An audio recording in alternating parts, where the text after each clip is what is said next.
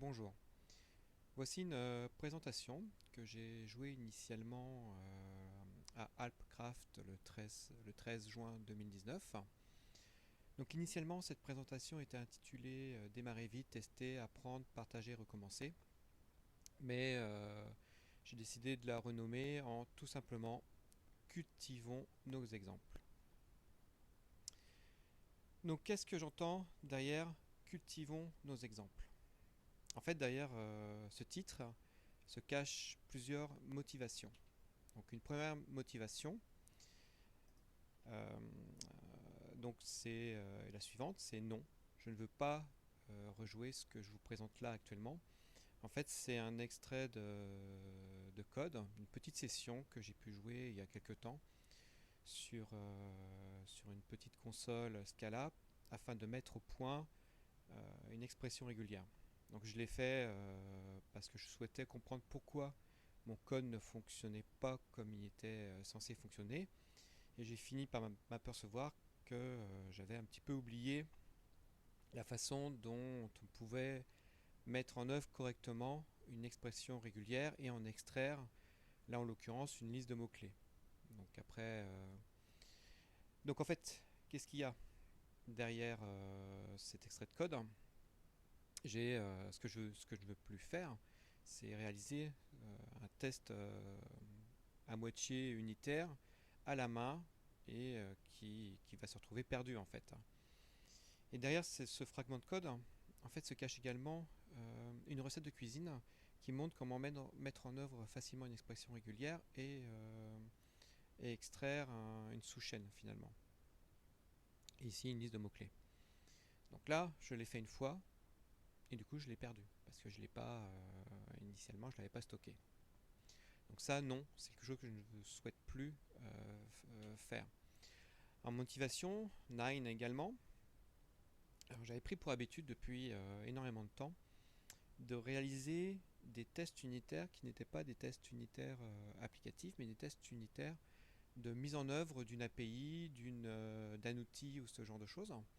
Et donc dans mon code, dans le code source de mon projet, euh, régulièrement j'avais des classes dédiées à l'expérimentation de la mise en œuvre d'une librairie, une librairie SSH, ou peu importe. Là, en l'occurrence, ici, c'était un exemple de mise en œuvre d'apprentissage d'une librairie cliente Elasticsearch.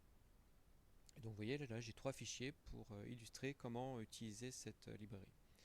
Donc, non, non, ça, je ne veux plus faire ça non plus. Je ne veux pas mélanger, entre guillemets, polluer mon projet avec des tests unitaires qui ne sont pas applicatifs. Ce que je ne souhaite pas non plus faire, c'est avoir à rechercher ou à essayer de trouver un bout de code, une fonction dont que je me souviens vaguement avoir écrit, qui répondait à un besoin, mais le problème c'est que je ne me souviens plus ce que j'en ai fait. Donc ce que j'aimerais c'est ne plus avoir à faire ce genre d'opération, un find et puis rechercher sur l'intégralité de mes projets sur mon disque dur ou, euh, ou sur un GitLab à la recherche d'une petite fonction dont je ne me souviens plus trop le nom et puis finir en gros par ne pas la retrouver et devoir la réécrire et perdre du coup un petit peu de temps. Bu, en chinois simplifié, ce qui veut dire non également, bah, bien évidemment je ne veux pas m'amuser à faire des recherches sur internet et puis trouver comme par magie une fonction qui remplit pile poil ce que je lui demande et, euh, et faire un copier-coller de cette fonction là pour l'insérer dans mon code. Bon, ça je l'ai mis là mais je le faisais pas, mais je l'ai mis là parce que je pense qu'un certain nombre de personnes le font en fait ça. Ce qui peut poser des problèmes de copyright ou d'autres soucis. Donc non, tout cela, c'est des exemples de motivation qui se cachent derrière le titre de cette présentation, Cultivons nos exemples. Donc derrière ces motivations se cache un besoin. Et le besoin, c'est quoi? C'est en fait de tel un agriculteur qui cultive ses champs, et ici ça va être de cultiver mes exemples de code. Donc des exemples de code et de les faire évoluer dans le temps. C'est-à-dire de les maintenir, de les améliorer, de les partager, de les enrichir, de les dupliquer, de les modifier, et ainsi de suite. Donc au final, de quoi s'agit-il? Il s'agit vraiment de créer ces briques élémentaires de programmation. Et ça, de le faire en dehors du cadre d'un projet donné. Donc comment réaliser ce genre d'opération? Comment arriver à capitaliser, à être efficace au niveau de ces exemples de code? Donc il y a plusieurs solutions qui existent, qui sont relativement pragmatiques. Donc je vais en lister quelques-unes, c'est non exhaustif. Donc il y a les solutions basées sur JavaScript, ce qu'on appelle NPM et Node.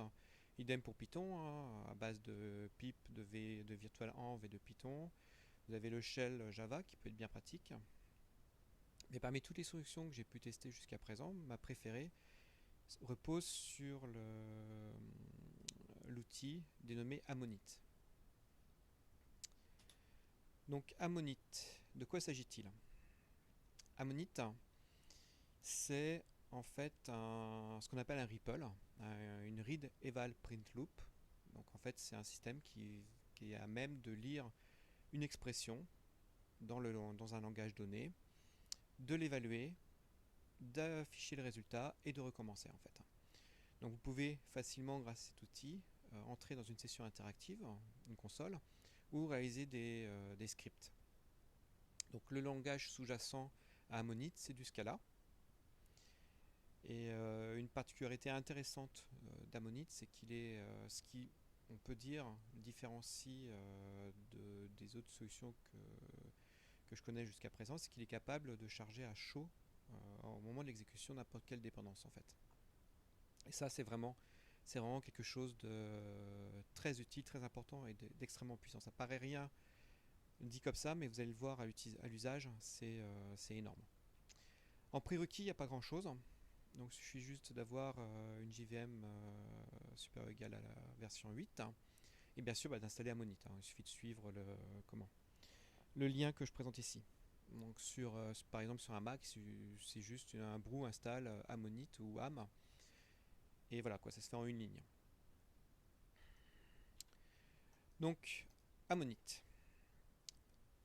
Partons à la découverte de cet outil avec quelques exemples live et on va voir comment on peut le mettre en œuvre pour modéliser l'intention qu'on souhaite propager via nos exemples de code.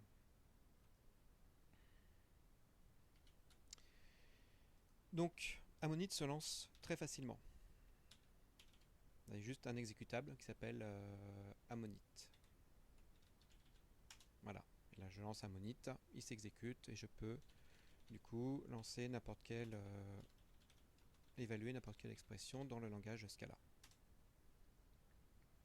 Donc là je le fais de manière interactive. Voilà. Donc je peux également évaluer une expression en ligne de commande de cette façon-là.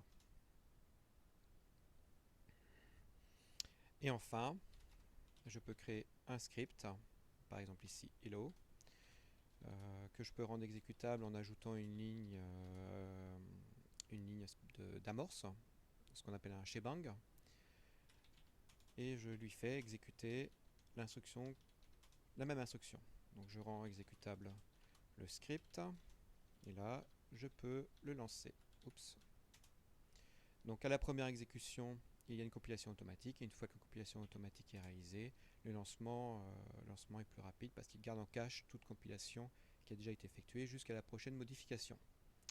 Je peux également lancer ma commande de cette façon-là. Voilà. Donc c'est vraiment rapide, efficace, et en fait on peut vite faire des choses extrêmement performantes et puissantes puisqu'on va disposer d'un langage très très riche qui va bien au-delà de ce qu'on pourrait faire en shell. Donc là mon propos c'est pas de vous parler du langage Scala, c'est vraiment de voir comment on peut exploiter l'outil Ammonit pour construire, pour cultiver ces exemples de code. Alors, quelque chose d'important, ce que je mets dans le titre de cette partie-là. Donc là, on vient de faire une découverte extrêmement rapide de l'outil Ammonit. Donc je vous invite à aller voir le site du développeur pour découvrir toute la richesse fonctionnelle de cet outil. Mais moi, mon intention, en fait, c'est vous montrer comment l'exploiter pour cultiver ces exemples de code. Et pour faire cela, en fait, il y a vraiment un besoin de pouvoir décrire ce que fait l'exemple, que l'exemple soit à même de vous indiquer quelle est son intention, à quoi il sert. Donc si je fais par exemple une fonction qui additionne deux entiers, donc là c'est clair que l'intention est relativement facile à deviner quand on lit le code, mais ce n'est pas forcément toujours le cas. Donc on va imaginer que c'est une fonction complexe. Donc comment je peux modéliser ce que fait cette fonction-là? Donc de base, je dispose d'une fonction d'assertion qui peut être envisagée comme étant un moyen de spécifier, d'exprimer l'intention du code. Mais en fait, ça va me renseigner sur ce que fait le code, mais quand il le fait mal. Donc déjà, c'est pas tout à fait ça. Donc c'est pas tout à fait ce que je souhaitais exprimer. Donc c'est clair que si je mets...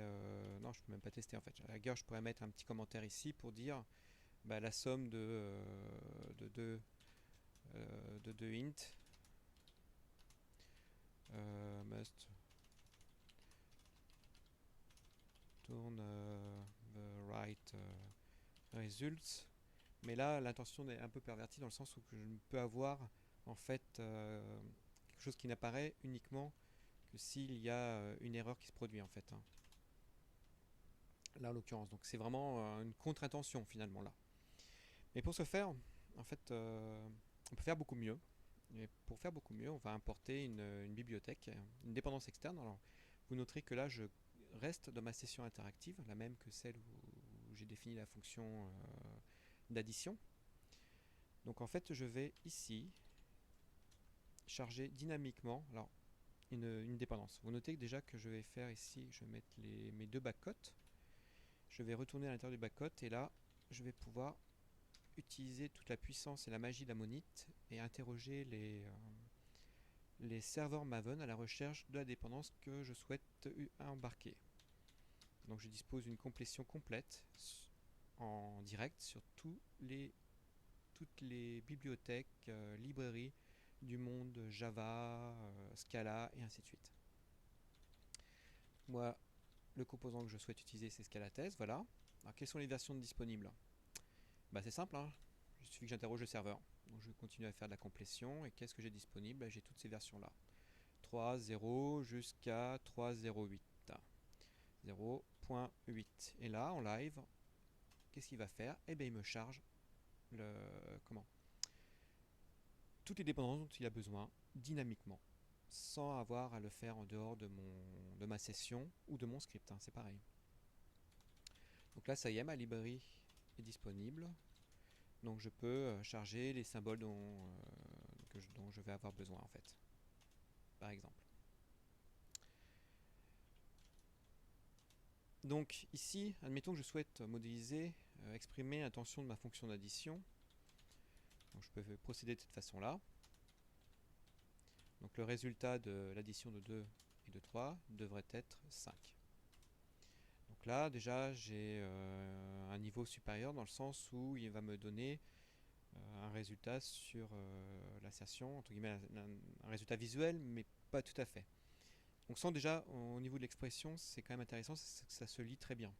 Mais c'est pas encore tout à fait ce que je souhaite. Moi, ce que j'aimerais vraiment, c'est que quand j'exécute mon code, en fait, il me sorte sur sa sortie standard une sorte de rapport d'exécution sur ce qu'il est censé faire, ce qu'il doit faire, s'il fonctionne correctement, et ainsi de suite. Bah, comment faire ça? Eh ben, on a une technique qui est parfaite pour faire ça, c'est tout simplement un test unitaire. Et ben, allons-y, je vais exprimer un test unitaire. Donc je vais créer un add test. Donc ici, je crée un objet de test de ma fonction d'addition. Donc elle doit étendre en fait une classe. Donc j'en ai plusieurs de disponibles en fonction de la façon dont je veux exprimer l'intention de mon test ou comment sont son allure, la syntaxe que j'ai choisie en fait. Donc soit je peux prendre une syntaxe de type classique, test unitaire à la JUnit, mais je peux également choisir une syntaxe plus expressive basée sur des spécifications en fait. Donc pour ce faire, j'ai plusieurs choix possibles. Donc soit je peux faire une sortie une expression sous forme de spécification à plat, mais je pourrais le faire également de manière hiérarchique. Donc là, je vais faire simplement en choisissant en fait une expression à plat. Donc mon test, je l'exprime. Hop, je vais carrément faire ma classe. Donc comment j'exprime mon test? Je dis comme ça. La fonction add function should return the sum of its arguments. Voilà. Et donc ici, add de 2,3 should be 5. On va rajouter un deuxième test. It should... Donc elle doit être capable de gérer les nombres négatifs. Should be able to manage negative numbers. Par exemple, in add 2,-1 should be 1. Voilà, donc là j'ai créé mon test unitaire. Donc maintenant j'ai plus qu'à l'exécuter. Execute. Et là c'est magnifique. En fait, en exécutant mon code ici, j'exprime mon intention. Mon intention étant d'avoir développé une fonction d'addition et qui vérifie ces deux caractéristiques qui sont qu'elle doit retourner la somme des arguments et qu'elle est capable de gérer un nombre négatif. Donc quand j'exécute mon code, j'obtiens exactement ce qu'il doit faire. Examinons un autre exemple rapidement que j'ai sous la main, un petit peu plus complexe. Donc là j'ai une fonction de calcul de pi. Donc ici je vais faire la même chose, pi test extends. Donc je vais ajouter en fait les tests, comment le test unitaire. Donc flat spec, ici c'est un calcul de pi qui se base sur sur un tirage au sort. Donc au bout, avec un nombre d'itérations suffisamment grand, en fait on va avoir une précision de pi un peu plus importante. Donc ici, pi compute should tune precise enough p value. Donc voilà. On va noter qu'ici je me mets en mode script. Donc ici, pi, calcul de pi should be, donc je vais prendre la vraie constante de pi, plus ou moins, c'est la magie de Scalatest, 0.01d. Voilà, j'exprime mon niveau de précision. Donc là je vais rajouter les imports dont j'ai besoin. Donc $ev.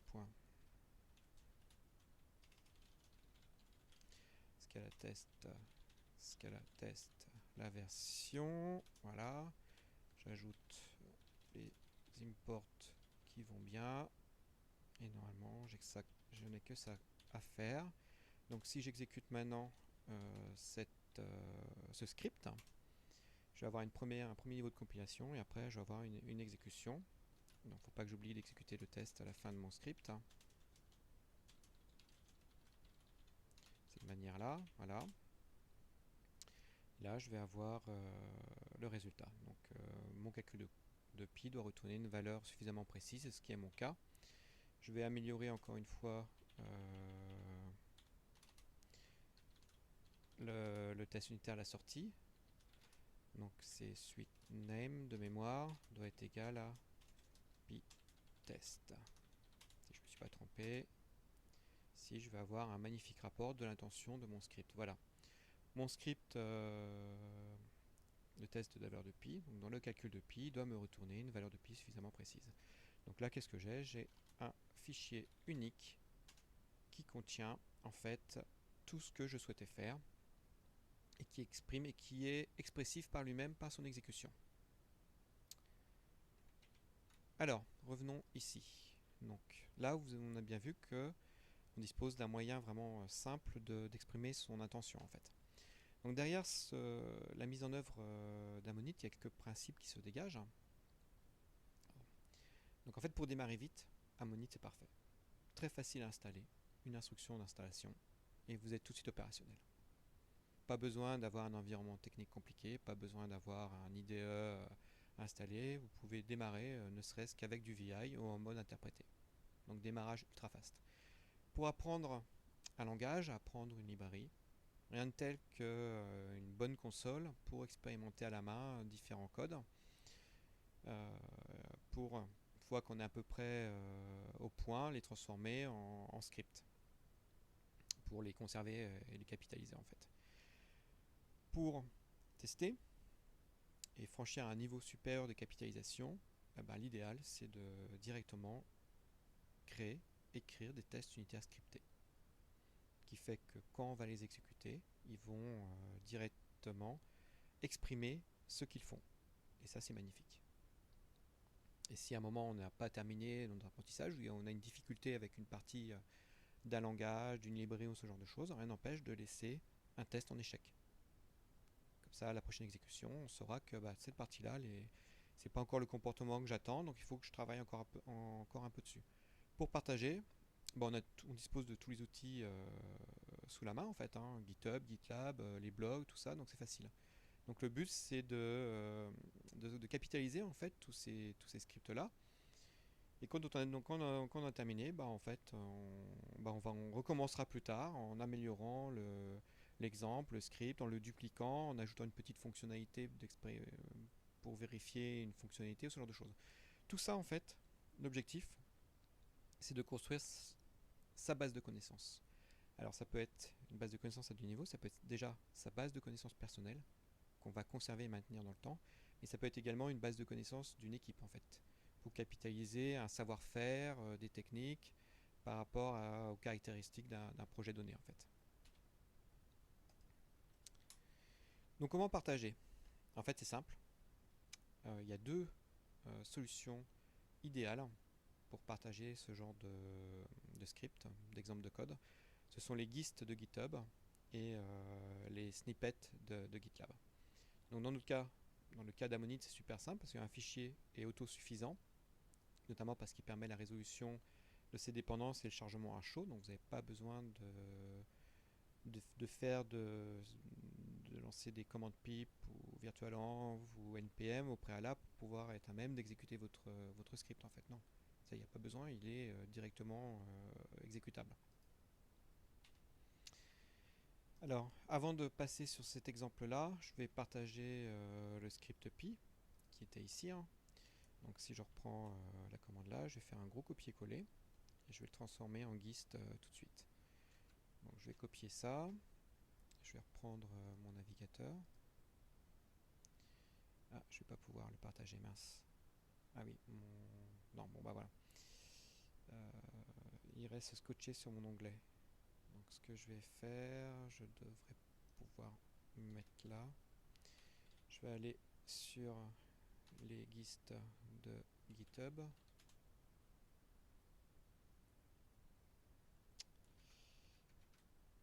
Hop.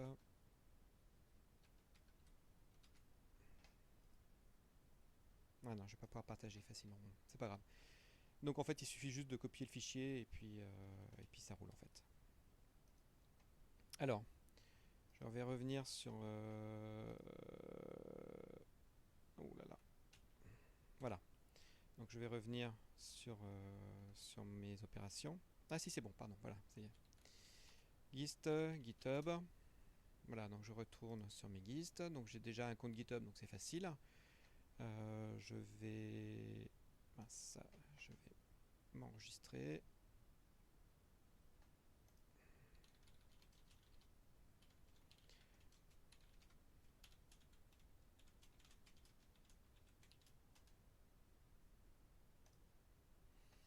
Donc nous voilà sur mes GIST. Je veux publier un nouveau GIST. J'ai le bouton qui est idéal pour ça, le petit bouton plus ici. Je copie-colle le code que je viens de finir dont je viens de finir la mise au point. Je mets un nom au fichier de mon script. Donc là, je vais l'appeler pcompute.scala et je mets une description.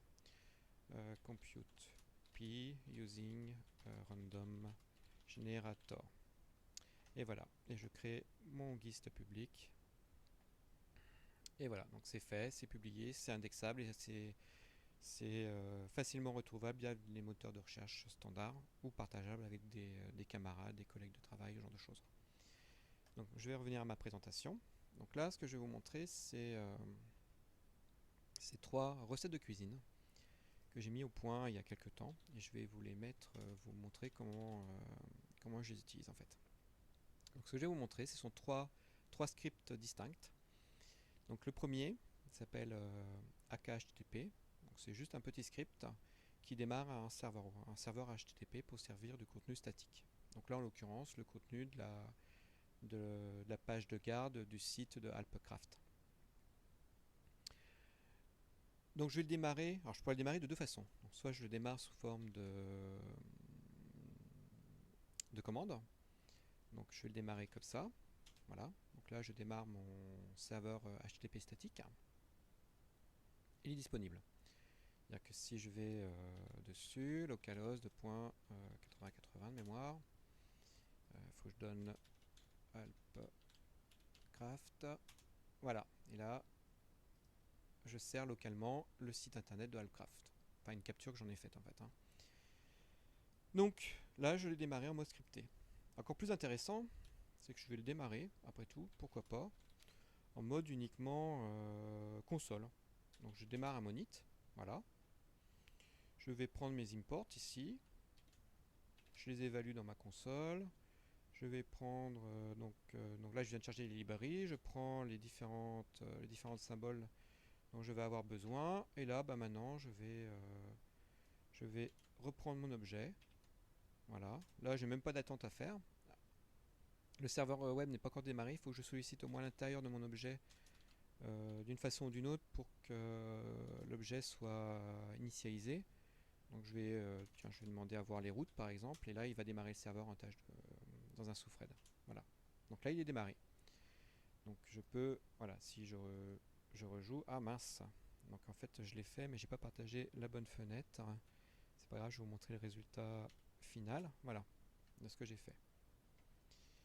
Ici c'est la session, donc j'ai copié-collé le code, j'ai rouvert une nouvelle session à Monit et j'ai copié-collé les différentes instructions qui permettent de démarrer un serveur HTTP très rapidement en mettant en œuvre le framework web AKHTTP. Donc le serveur pour servir du contenu statique, en gros se résume si je laisse de côté les imports et les petites valeurs d'initialisation, se résume à juste 2 lignes, la définition des routes, ici, et le démarrage du service sur le port 8080. Là je conserve en fait mon prompt de mon shell et en fait mon serveur web est embarqué dans ma session interactive.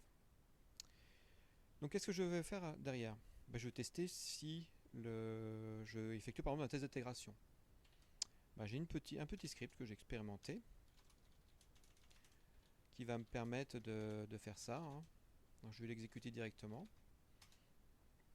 et je vais vous montrer comment ça fonctionne. Donc derrière ce petit script, c'est une première mise en œuvre que j'ai effectuée de Selenium. Je voulais voir comment manipuler Selenium en utilisant Scala-Test. Donc là, ce qui est également intéressant, c'est que comme j'utilise Scala-Test, en fait à l'exécution, mon script exprime ce qu'il a fait. Donc il a vérifié la homepage du site Alpecraft et il a également cliqué sur un lien. Alors comment j'ai effectué ça? Je l'ai effectué de cette façon-là. Très bêtement en fait. J'ai importé la librairie Scala-Test, les dépendances Selenium qui font bien. Et ensuite j'ai créé mes tests unitaires. Donc j'ai deux tests unitaires ici. Donc j'ai utilisé un mode d'expression plus classique, qui va davantage ressembler à ce qu'on a avec du JUnit par exemple. Donc j'exprime juste je donne juste un titre à mon test, et à l'intérieur de chaque test en fait j'utilise le langage de manipulation d'un navigateur tel qu'il il a été défini par le framework Scala Test pour la mise en œuvre de Selenium. Donc l'instruction goTo permet d'indiquer à mon navigateur qui doit charger la page qui se situe derrière cette valeur-là, donc qui est cette page-là en fait, la page Alpcraft index.html. Il vérifie que le titre de la page c'est bien Alpcraft, et après il vérifie que dans le code source figure bien cette phrase, ce fragment de phrase. Et le deuxième test, qu'est-ce qu'il fait? Il fait tout simplement en fait le clic sur un lien et vérifie que la navigation a bien fonctionné, que j'arrive bien sur la bonne page derrière. Voilà pour le test d'intégration. Donc après les tests d'intégration, je vais essayer de faire un test de charge minimaliste. Donc là j'ai déjà préparé le test de charge qui se repose sur l'outil Gatling.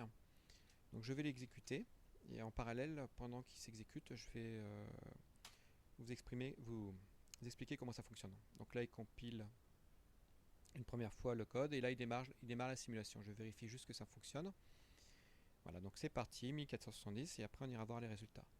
Donc on va aller voir rapidement ce que fait ce test de charge, comment il est exprimé. Donc ici je charge les bibliothèques de Gatling. Voilà, je charge tous mes symboles, et dans le corps du script, je définis une classe Gatling Simple qui est en fait une simulation au sens Gatling. Je configure ma cible pour mon test de charge de cette façon-là. Je définis quelques assertions. Je veux que mon temps de réponse moyen soit inférieur à 800 millisecondes, et je veux avoir plus de 90% de requêtes HTTP en succès en fait. Voilà. Donc si l'une de ces deux assertions n'est pas remplie, en fait mon script sortira entre guillemets en erreur. Ensuite, je définis mon scénario de test. Mon scénario de test est ultra simple. Je teste, c'est juste une boucle sur la page principale de Alpcraft. Donc, le nom du scénario, test Alpcraft, doit s'exécuter pendant 60 secondes. Donc, il doit se rendre sur la home page. Il vérifie que le code de réponse est bien 200 en 304. Il attend aléatoirement entre 400 et 800 millisecondes, et il recommence. Et on boucle chaque utilisateur simulé par Gatling, bouclera sur cette page-là. Le démarrage du test, comment ça se passe? Donc je démarre 1000 utilisateurs. Ces 1000 utilisateurs doivent être montés en 10 secondes. Donc je configure mon protocole HTTP avec le site en local, en me faisant passer pour du curl. Et je veux que les assertions que j'évoquais il y a quelques secondes soient bien remplies en fait, en les mettant en paramètres. Donc après j'ai juste grosso modo à effectuer ce qu'il faut pour démarrer le rapport Gatling, l'exécution Gatling, et éventuellement avoir un rapport. Donc là on va avoir un rapport, ou désactiver le rapport si besoin en fait. Donc là l'exécution s'est terminée, on va aller voir comment ça s'est déroulé. Donc ça s'est bien déroulé dans ce qu'on voit ici. Donc là on a un petit résumé. Les deux assertions sont remplies, pas de problème. Les temps de réponse sont très bons. Sont tellement bons d'ailleurs que le 99e pourcentile est à 6 millisecondes seulement. On va aller jeter un petit coup d'œil au rapport tout de même. Je vais prendre le navigateur. On va regarder ce que ça a donné. Voilà, donc les temps de réponse, donc voilà, tout est ok, il n'y a aucun chaos, les deux assertions sont parfaites. Tous mes temps de réponse, ils sont très très bons. On a quelques pics à un petit peu plus de 50 millisecondes, mais globalement c'est très marginal. Et on est tourné avec ce scénario de 1000 utilisateurs à environ 1660 réponses hits par seconde. réponses par seconde. Donc c'est très très bon. Donc voilà, qu'est-ce que je viens de faire là?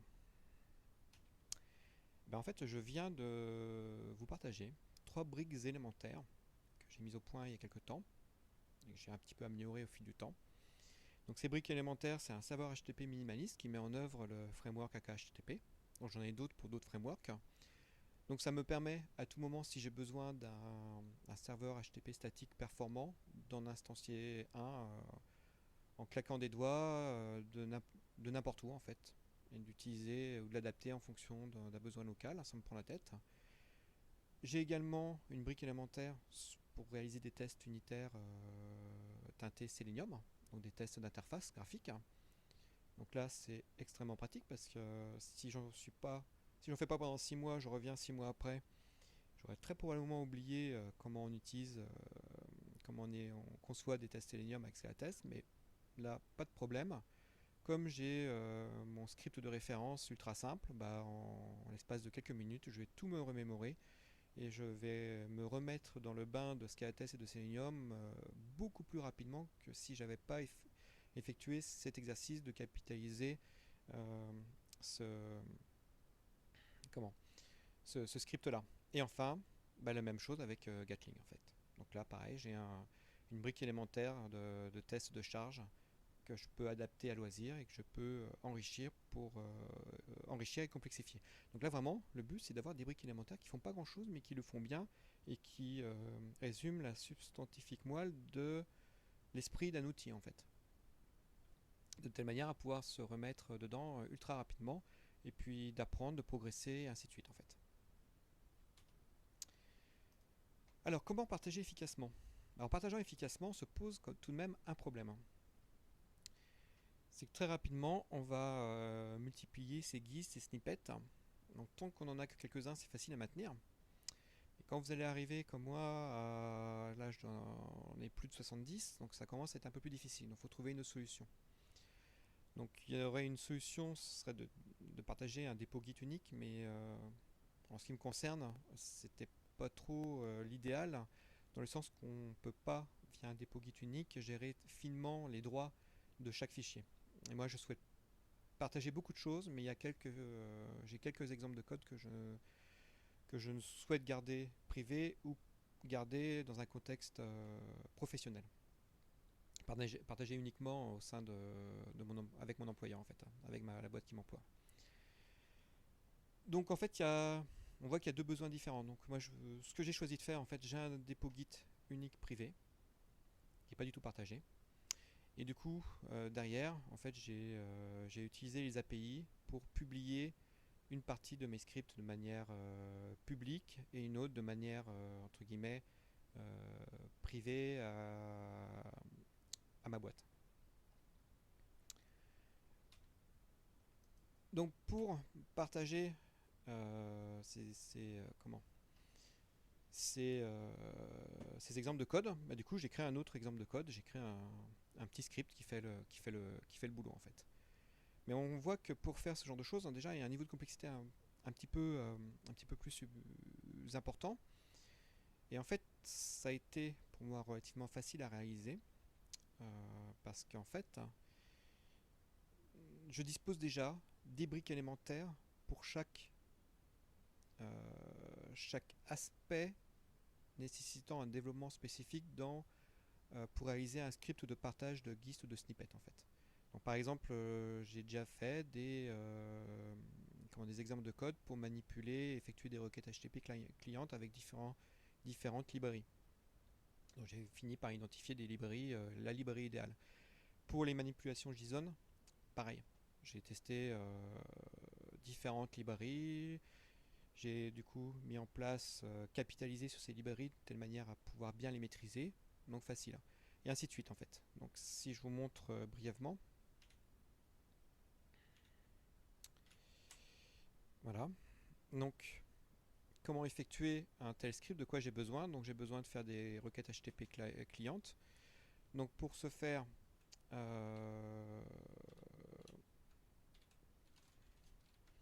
je vais reprendre des choses que j'ai déjà réalisées, sur lesquelles j'ai déjà travaillé. Donc je dispose déjà de tout un tas de librairies, d'exemples de code. Donc là par exemple je sais que par expérience le meilleur résultat que j'ai obtenu, la, la plus grande facilité que j'ai eue pour manipuler des requêtes HTTP, c'était avec la librairie qui s'appelle STTP. Donc là, c'est parfait, parce que je dispose déjà d'un exemple qui fait le boulot. Donc je le réexécute pour voir ce qu'il faisait. Voilà, et donc voilà ce qu'il fait. Donc je vais me remémorer comment utiliser cette bibliothèque-là. Donc voilà ce que cela va donner. En fait, ça se fait très facilement, comme on peut le voir ici, hein. J'ai juste à importer la bibliothèque, hein, à importer le symbole en question, et puis en une seule ligne, j'exécute mon code. Alors je vais juste vérifier par l'exécution ce que ça donne, juste pour pouvoir me remémorer, hein, me remettre en situation avant de commencer, tout en élaborant mon script de partage d'exemple de code. Donc je me mets dans ce mode-là, voilà, tac tac tac, j'importe, je fais ma requête. Donc là c'est intéressant, j'ai le résultat qui m'arrive dans ma valeur résulte.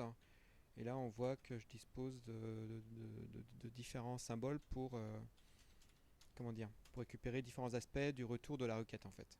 Donc voilà ce que ça donne. Donc le résultat est là. Je peux adapter ce script là, en reprendre un autre. Et je dispose d'un autre, d'un autre script qui allait un petit peu plus loin. Avant de vous le montrer, je vais vous montrer comment je manipulais le JSON, parce que le JSON passe... en fait, je vais utiliser une librairie qui va faire le travail. Donc, ce que je sens, c'est que j'ai besoin d'effectuer une requête HTTP cliente, et je vais récupérer un résultat en JSON. Mais le JSON, je récupère une chaîne de caractères. Donc, en fait, j'ai déjà mis en œuvre une librairie qui fait tout le travail. Donc, facile pour moi de me remémorer et de reprendre en fait des instructions qui vont permettre de faire ça. Donc j'ai un script magique qui en fait condense les différents aspects de... oups, j'ai refait la même erreur. J'ai pas mis de shebang dans ces scripts là, donc c'est pour ça qu'en fait je peux pas les exécuter directement. Il faudrait que je les rajoute. Donc là je dispose d'une librairie qui montre comment manipuler du JSON, comment parser, faire des recherches à l'intérieur, fusionner des parties, serialiser, déserialiser, ainsi de suite. D'ailleurs vous notez qu'il y a quelque chose que je ne sais pas encore faire, que j'ai laissé en test, en échec, parce qu'il va falloir que je me repenche sur le sujet un peu plus tard en fait. Donc traiter un retour JSON d'une requête, je vais reprendre mon exemple. Alors comment j'avais traité ça? Je vais pas prendre avec VI, je vais me mettre avec un TIG. Donc comment j'avais traité ça? J'avais traité ça de cette façon là. JSON. Voilà, quand on commence à en avoir beaucoup. Donc j'importe cette librairie là, tac tac tac, en version 3.6.5, OK. Donc après, si je veux par exemple parser un petit bout de JSON, bah voilà, j'ai exactement le fragment de code qui est là, qui me permet de, en fait, de prendre un JSON, de le parser, et à l'intérieur de ce JSON là, d'extraire la valeur d'un champ. Voilà. Là, j'ai la connaissance, exactement ce dont j'ai besoin pour réaliser mon script. Et ainsi de suite.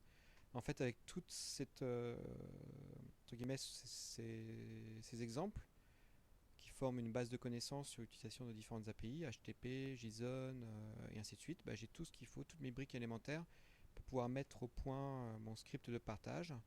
Donc, mon script de partage qui s'appelle Gist Manage, qui est la première itération de ce script-là et de manipulation de l'API de GitHub en l'occurrence ici.